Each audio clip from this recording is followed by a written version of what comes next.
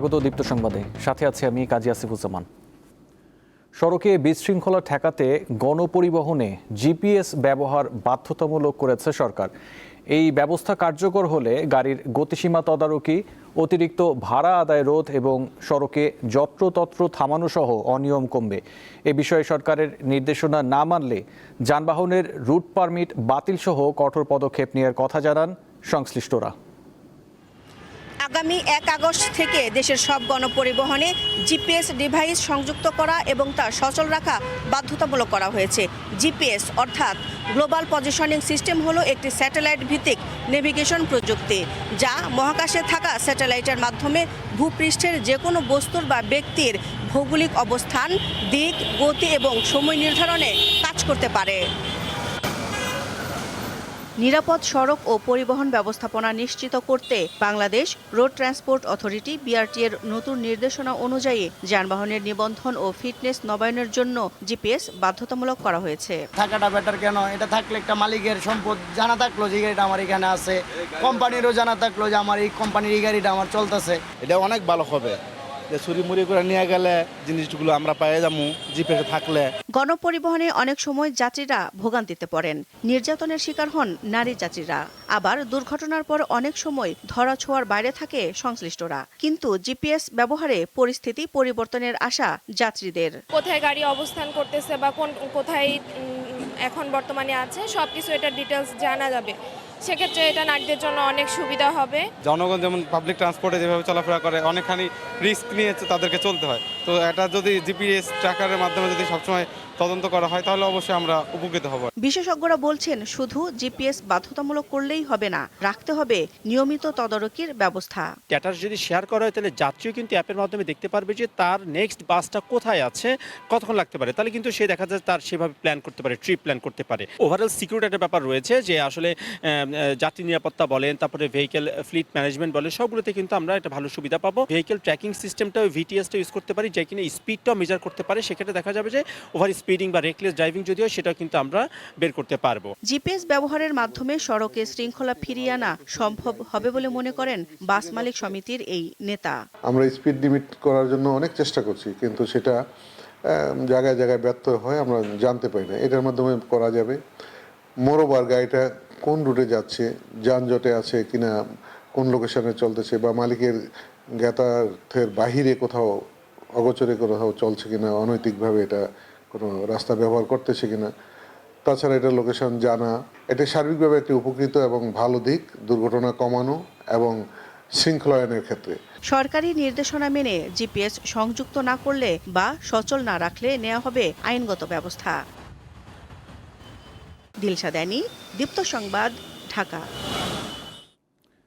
জাতীয় বাজেটে সৃজনশীল অর্থনীতিকে অন্তর্ভুক্ত করে মোট 800 কোটি টাকার কর্মপরিকল্পনা গ্রহণ করেছে সরকার। তরুণদের কর্মসংস্থান সৃষ্টি ও সংস্কৃতির বিকাশ ঘটিয়ে 2034 সালের মধ্যে $1 ট্রিলিয়ন অর্থনীতি গড়ার লক্ষ্য নির্ধারণ করা হয়েছে। অর্থমন্ত্রী বলছেন, সৃজনশীল খাতে প্রয়োজনে বরাদ্দ এবং সহায়তা দুটোই বাড়াবে সরকার। তবে সৃজনশীল খাতে সরকারি অর্থায়নে নিয়ে চিন্তিত তরুণ উদ্যোক্তারা। 2026-27 অর্থবছরের প্রথমবারের মতো সৃজনশীল অর্থনীতি বা ক্রিয়েটিভ ইকোনমিকে বিশেষ গুরুত্ব দেওয়া হয়েছে, যার লক্ষ্য হলো মোট দেশজ উৎপাদন বা জিডিপিতে এই খাতের অবদান 1.5% উন্নীত করা এবং 5 লাখ নতুন কর্মসংস্থানের সুযোগ সৃষ্টি করা। তবে সৃষ্টিশীল কাজের সঙ্গে জড়িত নবীন উদ্যোক্তারা কি আসলেই মূল্যায়িত হবেন, কিংবা তাদের জন্য ঘোষিত সহায়তা আদৌ কি ঠিকমতো পাবেন তারা? কিভাবে এই ফান্ডিংটা পেতে হয়, বেশিরভাগ উদ্যোক্তাই এই ব্যাপারে তাদের কোনো ধারণা নেই বা তারা জানে না। দ্বিতীয়ত হলো এইটা পাওয়ার জন্য যেই জিনিসপত্র থাকতে হবে সেটাকে আসলে কিভাবে ওভারকাম করবে, সেটার জন্য আসলে যেই গাইডলাইন দরকার বা সেটার জন্য যেই ফ্লেক্সিবিলিটি দরকার, সেটা আসলে একটা উদ্যোক্তার জন্য একটা বড় চ্যালেঞ্জ। যদিও সরকার বলছে এবারের বাজেট উদ্যোক্তাদের জন্য সম্ভাবনার নতুন দুয়ার খুলে দিয়েছে। বলা হচ্ছে, প্রযুক্তি, মিডিয়া, চলচ্চিত্র এবং ওটিটি প্ল্যাটফর্মের মতো সৃজনশীল খাতে খুব দ্রুত বিপুল সংখ্যক নতুন কর্মসংস্থান তৈরি করা সম্ভব। সৃজনশীল শিল্পকে এগিয়ে নিতে বিশ্বমানের প্রযুক্তি, অত্যাধুনিক স্টুডিও এবং উন্নত কারিগরি সরঞ্জামের প্রয়োজন হবে, যার মাধ্যমে শক্তিশালী হবে সামগ্রিক অর্থনৈতিক অবকাঠামো। আর বৈশ্বিক ডিজিটাল বাজারের বিস্তারের সাথে সাথে সৃজনশীল কন্টেন্ট, কারুশিল্প ও সফটওয়্যারের চাহিদা বাড়ছে, যা বৈদেশিক বৈদেশিক মুদ্রা অর্জনের নতুন দিগন্ত উন্মোচন করবে। এমন বাস্তবতায় রাজধানীর অদূরে পূর্বাঞ্চলে 160 একর জমিতে ফ্ল্যাগশিপ সেন্ট্রাল হাব নির্মাণের সম্ভাব্যতা যাচাইয়ের কাজ চলছে।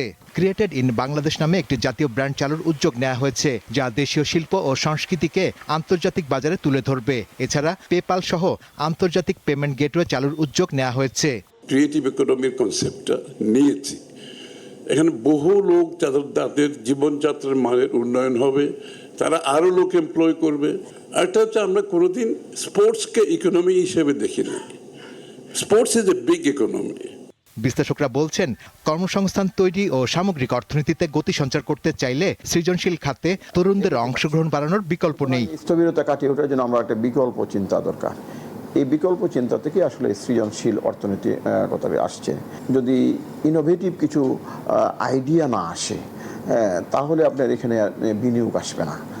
আর ইনোভেটিভ আইডিয়া আসলে পরে এটি ইমপ্লিমেন্টেশনেও আপনার একটা নতুনত্ব আসবে। বাজেটে ফ্রিল্যান্সার ও কন্টেন্ট ক্রিয়েটরদের জন্য কোনো কাগজপত্র ছাড়াই বিদেশ থেকে $5,000 পর্যন্ত আয় নির্বিঘ্নে দেশে আনার সুবিধা রাখা হয়েছে। শাহরিয়ার ইমন, দীপ্ত সংবাদ, ঢাকা। বগুড়া শহরের দুটি হরিজন কলোনিতে একাধিক বহুতল ভবন নির্মাণের উদ্যোগ নেওয়া হয়েছে, কিন্তু অতীতের মতো প্রতি পরিবারের জন্য একটি মাত্র কক্ষ বরাদ্দ থাকায় চরম অসন্তোষ দেখা দিয়েছে। প্রকৃতপক্ষে আবাসন সংকট দূর করে মর্যাদাপূর্ণ বাসস্থান নিশ্চিত করার দাবি সংশ্লিষ্টদের। একটি মাত্র ঘর, তার সামনেই ছোট্ট একটি বারান্দা, এতটুকু জায়গাতেই সপরিবারে বসবাস। একজন দুজন নয়, পরিবারের সকল সদস্য থাকেন এখানে। এমনকি পরিবারের ছেলে মেয়েদের বিয়ে হলেও তাদের জন্য মেলে না আলাদা রুম, থাকতে হয় একই ঘরে সবার সঙ্গে গাদাগাদি করে। বলছি বগুড়ার হরিজন সম্প্রদায়ের কথা। আবাসন সংকট সমাধানে বগুড়ায় দুটি হরিজন কলোনিতে বহুতল আবাসিক ভবন নির্মাণের উদ্যোগ নিয়েছে সরকার। প্রকল্পের কাজ শুরু হলেও এ নিয়ে দেখা দিয়েছে চরম অসন্তোষ। কারণ বহুতল ভবনেও পরিবার প্রতি বরাদ্দ রাখা হয়েছে একটি মাত্র কক্ষ। ওই একটাই রুম যদি করেন তাহলে প্রচুর মতো জীবনযাপন আগেও যাচ্ছিল, এখনো তাই হলো। সেটা করাচ্ছে না করাই ভালো। মেয়ে বেটার বউ নিয়ে থাকতে পারবো একটা ঘরে? সম্ভব বলেন, তাহলে আমাদের ঘর ভাঙে কি লাভ হলো? জোয়ান মেয়ে ছেলে বড় হচ্ছে, তা কি ছেলের বউকে নিয়ে ছেলেকে নিয়ে ঘুমানো যাবে? সেরকম এখনো ছোট আছে নিয়ে ঘুমাচ্ছি, বড় হলে তখন কি করবো? একই ঘরে যেরকম আগে থাকতাম সেই পরিবেশে তো আবার ওই পরিবেশেই চলে আসবে। বিল্ডিং করলে আমাদের কোনো সুবিধা পেলাম না। আমাদের বলছে তোমাদের 3টা করে রুম দিবে, এই কথা বলে আমাদের ভাঙছে। আমরা চাই 3টা করে আমাদের রুম না দিলে আমরা তখন আমাদের যেভাবে রুম ছিল সেভাবে বানাই দিতে বলে। আগের পৌর যে ভবনগুলো আছে দেখেন আপনি, রান্নাঘরও আছে, একটা রুম আছে, ছোট্ট একটা বারান্দা আছে, খাওয়া দাওয়া। খালি কি বাথরুম একটা যোগ হচ্ছে আমাদের, তার সাথে আর কিছু যোগ হচ্ছে না। বিষয়টি গুরুত্বের সঙ্গে বিবেচনার কথা জানান প্রকল্পের কর্মকর্তারা। আপনি যেটা বলছেন সেটা আমাদের ঊর্ধ্বতন কর্তৃপক্ষকে আমরা বিষয়টা অবগত করবো যে স্যার এখানে যদি একটা না করে সেপারেট যদি 2টা রুম যদি করা যায় তাহলে তারা আরেকটু ভালো হয়তো সুন্দর পরিবেশে তারা থাকতে পারে, সিকিউরিটিও তাদের মধ্যে থাকবে। হরিজন সম্প্রদায়ের মানুষের প্রত্যাশা, সরকার তাদের আবাসন সমস্যা সমাধানে কার্যকর পদক্ষেপ নেবে, যেখানে মর্যাদাপূর্ণ ও মানবিক আবাসন নিশ্চিত হবে। সঞ্জিদা স্নিগ্ধা, দীপ্ত, বার্তাকক্ষ। রাজধানীর কাটাবনে আলবারাকা টাওয়ারে অগ্নিকাণ্ডে 2 জনের মৃত্যু হয়েছে। শুক্রবার দিবাগত রাতে এই অগ্নিকাণ্ডের ঘটনা ঘটে। ফায়ার সার্ভিস জানায়, শুক্রবার রাত 1টার দিকে কাটাবনের আলবারাকা টাওয়ারের 14 তলা আবাসিক ভবনের 12 তলায় আগুন লাগে। মুহূর্তেই আগুন 13 ও 11 তলায় ছড়িয়ে পড়ে। এতে আটকে পড়েন অনেকে। নিরাপদে নেমে আসা বাসিন্দারা জানান, ভবনটি আবাসিক হলেও আগুন লাগা ফ্লোরটিতে আইনজীবীদের চেম্বার ছিল। সেখানে আটকে পড়া 2 জন মুঠোফোনে উদ্ধারের আকুতি জানানোর পরে তাদের সঙ্গে আর যোগাযোগ সম্ভব হয়নি। ফায়ার সার্ভিস আগুন নিয়ন্ত্রণে আনার পর মুমূর্ষ অবস্থায় উদ্ধার করে 2 জনকে হাসপাতালে পাঠালে চিকিৎসকরা তাদের মৃত ঘোষণা করেন।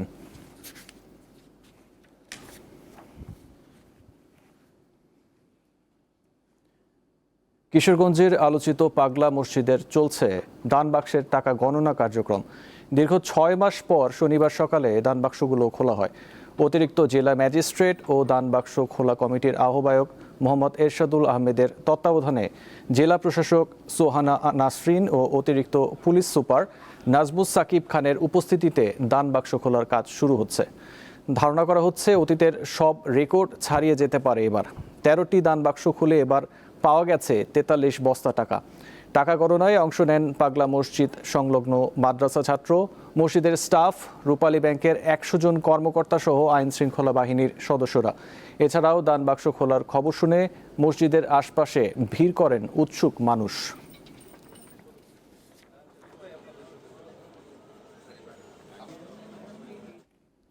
গত 24 ঘন্টায় ময়মনসিংহ মেডিকেল কলেজ হাসপাতালে হাম উপসর্গ নিয়ে চিকিৎসাধীন 4 শিশুর মৃত্যু হয়েছে। এখন পর্যন্ত হাসপাতালটিতে হাম ও উপসর্গে 58 শিশুর মৃত্যু হয়েছে। এছাড়া 24 ঘন্টায় হামের উপসর্গ নিয়ে নতুন করে 16 শিশু ভর্তি হয়েছে। সুস্থ হয়ে বাড়ি ফিরেছে 9 শিশু। শনিবার সকালে ময়মনসিংহ মেডিকেল কলেজ হাসপাতালের পক্ষ থেকে এই তথ্য জানানো হয়। সহকারী পরিচালক মোহাম্মদ মাইনুদ্দিন খান জানান, মারা যাওয়া শিশুরা হামের পাশাপাশি নিউমোনিয়ায় আক্রান্ত ছিল।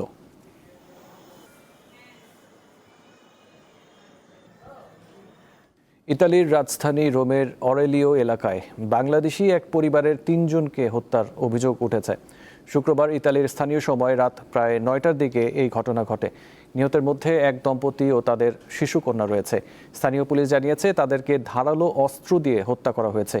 এই ঘটনায় পরিবারের আরেক সদস্য গুরুতর আহত হয়ে হাসপাতালে চিকিৎসাধীন। এরই মধ্যে পুলিশ ও ফরেনসিক টিম ঘটনাস্থলে পৌঁছে তদন্ত শুরু করেছে।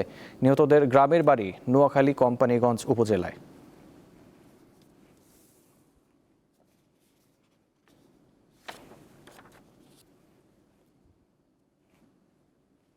এবারে আন্তর্জাতিক প্রসঙ্গ। ভেনেজুয়েলায় পরপর শক্তিশালী 2টি ভূমিকম্পে মৃতের সংখ্যা 920 ছাড়িয়েছে। আহত অবস্থায় উদ্ধার হয়েছেন প্রায় 3500-এর বেশি মানুষ। ধ্বংসস্তূপের নিচে আটকে পড়াদের উদ্ধারে তৎপরতা চালাচ্ছেন উদ্ধারকর্মীরা। উদ্ধার করে প্রাথমিকভাবে আহতদের একটি অস্থায়ী মেডিকেল ক্যাম্পে নেওয়া হচ্ছে। সরকারি এক কর্মকর্তার বরাতে বিবিসির খবরে বলা হয়েছে, উদ্ধার কার্যক্রমে যোগ দিয়েছেন কয়েকশো বিদেশি কর্মীরা।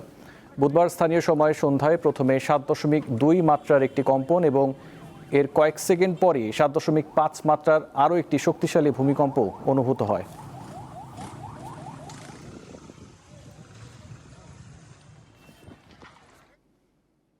ইরানের ড্রোন ও ক্ষেপণাস্ত্র ডিপো এবং উপকূলীয় রাডার সিস্টেমে মার্কিন বাহিনীর হামলার পর এবার ওয়েস্ট এশিয়ায় অবস্থিত মার্কিন সামরিক ঘাঁটিগুলোতে পাল্টা হামলা চালিয়েছে তেহরান। শনিবার এক বিবৃতিতে এই দাবি করেছে Islamic revolutionary guard corps IRGC। ইরানের নৌবাহিনী জানায় আশপাশে যুক্তরাষ্ট্রের সেনাঘাঁটি ও স্থাপনাগুলোকে লক্ষ্য করে এই পাল্টা হামলা চালানো হয়েছে। তবে ঠিক কোন কোন ঘাঁটিতে এবং কি পরিমাণ আঘাত হানা হয়েছে সে বিষয়ে বিস্তারিত কোনো তথ্য দেয়নি তারা। এর আগে হরমুজ প্রণালীতে সিঙ্গাপুরের পতাকাবাহী একটি মালবাহী জাহাজে ড্রোন হামলা চালায় ইরান। জবাবে পাল্টা হামলা চালায় পেন্টাগন।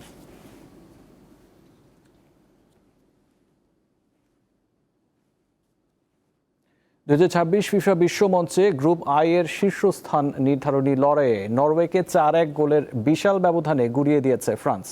উসমান দেম্বেলের হ্যাটট্রিকে গ্রুপ চ্যাম্পিয়ন হয়ে নকআউট পর্ব নিশ্চিত করেছে ফরাসিরা।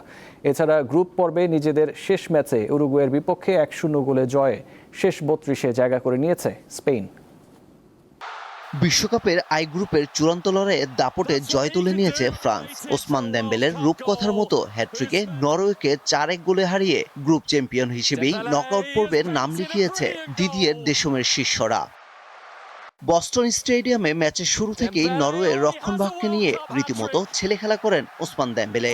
মাত্র 32 মিনিটে হ্যাটট্রিক করে বিশ্বকাপের ইতিহাসে দ্বিতীয় দ্রুততম হ্যাটট্রিকের কীর্তি গড়লেন পিএসজির এই ফরওয়ার্ড। নকআউট নিশ্চিত হলেও শেষ 32 দলের রাউন্ডে ফ্রান্সের প্রতিপক্ষ কোন দল তা এখনো নিশ্চিত হয়নি। গত আসরের রানার্স আপদের সম্ভাব্য প্রতিপক্ষ সি, ডি, এফ, জি ও এইচ গ্রুপের মধ্যে তৃতীয় সেরা কোনো দল। সেক্ষেত্রে সুইডেন হওয়ার সম্ভাবনাই বেশি। আর গ্রুপ রানার্স আপ হওয়ায় নরওয়ে এখন নকআউটে মুখোমুখি হবে ই গ্রুপের রানার্স আপ আইভরি কোস্টের। স্পেনের বিপক্ষে দক্ষিণ আমেরিকার প্রতিনিধি উরুগুয়ের সামনে ছিল কঠিন সমীকরণ। শেষ 32-এ ওঠার আশা বাঁচিয়ে রাখতে তাদের অন্তত ড্র করার প্রয়োজন ছিল। তবে 1-0 গোলে হেরে বিশ্বকাপ থেকে বিদায় নিতে হয়েছে দেশটিকে। আর গ্রুপ চ্যাম্পিয়ন হয়ে নকআউট পর্বে পা রেখেছে আগেই শেষ 32 নিশ্চিত করা স্পেন।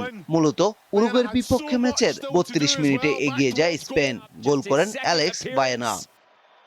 অন্যদিকে ইতিহাস গড়ে শেষ 32-এ নাম লেখালো প্রথমবারের মতো বিশ্বকাপ খেলতে আসা কেপ ভার্দে। সৌদি আরবের সামনে জয়ের কোনো বিকল্প ছিল না। নকআউট পর্বে উঠতে হলে কেপ ভার্দেকে হারিয়েই টুর্নামেন্টে টিকে থাকার আশা বাঁচিয়ে রাখতে হতো। তবে শেষ পর্যন্ত ম্যাচটি গোলশূন্য ড্র হওয়ায় রানার্স আপ হয়েই শেষ 32-এ পা রেখেছে কেপ ভার্দে। আর গ্রুপ পর্ব থেকেই বিদায় নিতে হয়েছে সৌদি আরবকে। গ্রুপ এইচে রানার্স আপ হওয়া কেপ ভার্দে রাউন্ড 32-এ প্রতিপক্ষ হিসেবে পাচ্ছে বিশ্ব চ্যাম্পিয়ন আর্জেন্টিনাকে। পারভেজ খোকন, দীপ্ত স্পোর্টস। নওগাঁর রানীনগরে এক চিকিৎসক তার ব্যক্তিগত চেম্বারে ব্রাজিল সমর্থকদের ফ্রিতে চিকিৎসা সেবা দিচ্ছেন। ডক্টর ফরিদ এইচ খান আর্জেন্টিনার সমর্থক হয়েও ব্যতিক্রমী এই উদ্যোগ নিয়ে এলাকায় ব্যাপক সাড়া ফেলেছে। এ বিষয়ে নওগাঁ থেকে বিস্তারিত জানাচ্ছেন সহকর্মী মোহাম্মদ আব্দুর রউফ।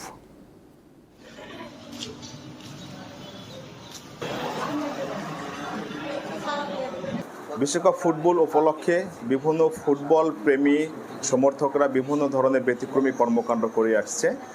তারই একটি ব্যতিক্রমী কর্মকাণ্ডের মধ্যে বলা যায় যে নওগাঁ রানীনগরের ডাক্তার ফরিদ এইচ খান, তিনি মূলত আর্জেন্টিনার সমর্থক। তিনি আর্জেন্টিনার সমর্থক হলেও বিশ্বকাপ ফুটবলের শুরু থেকে এখন পর্যন্ত তিনি ব্রাজিল এবং আর্জেন্টিনার সমর্থকদের ফ্রি চিকিৎসা প্রদান করে আসছেন। যেসব ব্রাজিল ও আর্জেন্টিনার সমর্থকরা তার কাছে আর্জেন্টিনা এবং ব্রাজিল ফুটবল দলের জার্সি পরে আসছে, তাদেরকে তিনি ফ্রি চিকিৎসা দিচ্ছেন এবং তার এই ব্যতিক্রমী কর্মকাণ্ড এলাকায় ব্যাপক সাড়া ফেলেছে। শুধু যুবক সমাজ নয়, বিভিন্ন স্থানের যে গরিব অসহায় মানুষ যারা রয়েছে তারাও ব্রাজিল কিংবা আর্জেন্টিনার জার্সি পরে এসে ডাক্তার ফরিদ এইচ খানের কাছ থেকে ফ্রি চিকিৎসা নিচ্ছেন। যে ব্রাজিলের জন্য ফ্রি চিকিৎসা, সেটা দেখার জন্য আমি আসছি এখানে। তা আসে দেখলাম ব্রাজিলরা সবাই আসছে, ভালোই লাগলো দেখে। আর ফরিদ ভাই উদ্যোগটা খুবই সুন্দর, যে মানে এই বিশ্বকাপ মানে মূলত বিশ্বকাপের জন্য আপনার ফ্রি চিকিৎসা ব্রাজিলদের জন্য। এবারে বিশ্বকাপে বিভিন্ন ধরনের হচ্ছে ব্যতিক্রম অনেক কিছুই দেখতেছি, যে আসলে এখানে ডাক্তার ফরিদ এইচ খান যে ব্রাজিল এবং আর্জেন্টিনাদের যে ফ্রি চিকিৎসা দিচ্ছে, এটা হচ্ছে আসলে ব্যতিক্রম। আমি কখনো দেখি নাই, এটা প্রথম দেখতেছি। বিশ্বকাপ ফুটবল উপলক্ষে ডক্টর ফরিদ আমাদের ফ্রি চিকিৎসা দিচ্ছে যারা ব্রাজিল এবং আর্জেন্টিনার জার্সি পরে আছি। তো এই জন্য আমিও আসলাম এবং আমার ফ্রেন্ডকেও নিয়ে আসলাম যে ব্রাজিলের জার্সি পরে আছে। বিশ্বকাপ উপলক্ষে ব্রাজিল আর্জেন্টিনার ফ্যানদের জন্য ফ্রি চিকিৎসার ব্যবস্থা করেছেন। আমরা এখানে চিকিৎসা নিতে আসছি, এখানে উনি খুব ভালোভাবে আমাদের দেখছেন, ফ্রি চিকিৎসা দিচ্ছেন। বিশ্বকাপ ফুটবল উপলক্ষে ডক্টর ফরিদ যে সেবা দিচ্ছেন এলাকায়, সেটা ব্যাপক প্রভাব ফেলছে এবং এলাকার বিভিন্ন গরিব অসহায় মানুষ ওনারা আসছেন এটা শুনে। তার এমন ব্যতিক্রমী কর্মকাণ্ড ইতিমধ্যে যুব সমাজে একটি আলোড়ন সৃষ্টি করেছে। আমি প্রত্যেক শুক্রবার রানীনগরে চেম্বার করছি বিশ্বকাপ উপলক্ষে। আমি যদিও আর্জেন্টিনার ডাইহার্ড ফান, বাট আমার এবারের বিষয়টা হচ্ছে যে আমার যে চেম্বারে আমি ব্রাজিলের ফ্যানদের জন্য সম্পূর্ণ ফ্রিতে চিকিৎসা সেবা চালু রেখেছি। এটা বিশ্বকাপ চলা পর্যন্ত যেই ব্রাজিলের সাপোর্টার জার্সি পরে আমার চেম্বারে আসবে তার জন্য আমার ভিজিট সম্পূর্ণ ফ্রি। বিশ্বকাপ ফুটবল খেলা চলাকালীন সময়ে তার এমন ব্যতিক্রমী কর্মকাণ্ড, অর্থাৎ ব্রাজিল ও আর্জেন্টিনার জার্সির পরিহিত রোগীদের তিনি ফ্রি চিকিৎসা দিয়ে আসবেন, এমনটি জানিয়েছেন। মোহাম্মদ আব্দুর রউফ, দীপ্ত নিউজ। এ ছিল এখনকার মতো। পরবর্তী সংবাদ 2টায় দেখার আমন্ত্রণ রইল। এছাড়াও তথ্য বিনোদনের খবর পেতে চোখ রাখুন দীপ্ত টিভি ডিজিটাল প্ল্যাটফর্মগুলোতে। ধন্যবাদ।